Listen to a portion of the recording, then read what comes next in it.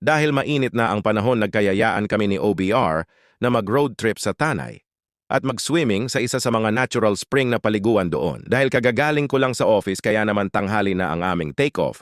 Bago kami nagpatuloy ay nagpa-full tank muna kami dito sa Sea Oil sa Morong para wala nang stopover ang aming biyahe. Mamaya at nagpahangin na rin ako dito ng gulong bago kami umalis. Kasama din namin ang kapatid ni OBR na bago pa lang sa pagmomotor at gusto ma-experience ang pagra-rides. Pagdating dito sa Sagbat City ay traffic na city. Dahil kahit weekend na ay traffic pa rin dito. Paglampas ng traffic ay naging tuloy-tuloy na ang aming biyahe hanggang makarating kami sa intersection ng Sampaloc Road dito sa Tanay. Kumaliwa kami at mula dito ay 10 kilometers na lang layo namin sa pagliliguan namin. Tinanong kami ng kasama namin kung malayo pa raw ba.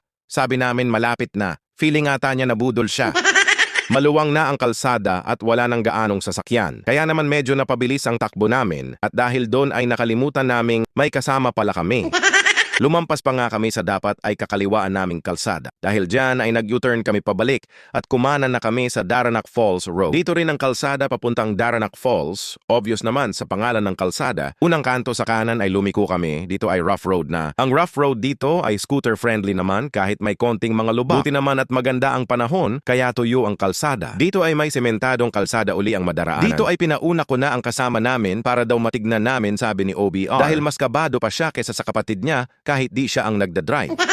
Diretso lang ulit ang kalsada at may rough road ulit na madaraanan. Pagkatapos ay kaliwa naman, 3 kilometers na lang ang layo ng resort mula rito. Dito ay may resort na Hidden Lagoon na isa sa mga sikat na paliguan dito. Next time na lang natin yan pupuntahan, kaya nagpatuloy lang kami. Dire-diretso na lang ang kalsadang ito at puro rough road na ang madaraanan. Tumigil muna kami saglit para makapagpalit ako ng battery ng action cam at para makapagpahinga din ang kasama namin. Pagkatapos ng ilang minuto pa at narating na namin ang Paglitaw Spring Resort, dito ay sinalubong kami ng guard at itinuro kami kung saan magbabayad ng environmental fee. Pagkatapos magbayad ay nagpark na kami sa parking area at dumiretso naman sa information para naman magbayad ng entrance fee. 100 pesos ang bayad para sa adults, 50 pesos sa bata, at 80 pesos naman para sa mga PWD at senior citizen. Meron ding mabibilhan ng mga pagkain kapag kulang ang dala ninyong mga baon. Meron namang corkage fee ang mga alak na inyong dadalhin dito sa resort. Pagpasok namin sa gate ay tinatakan kami ng guard sa aming mga kamay at ito na nga ay malapit na tayo sa exciting part. Dito sa bungad ay may makikita kayo signage na I Love Paglitaw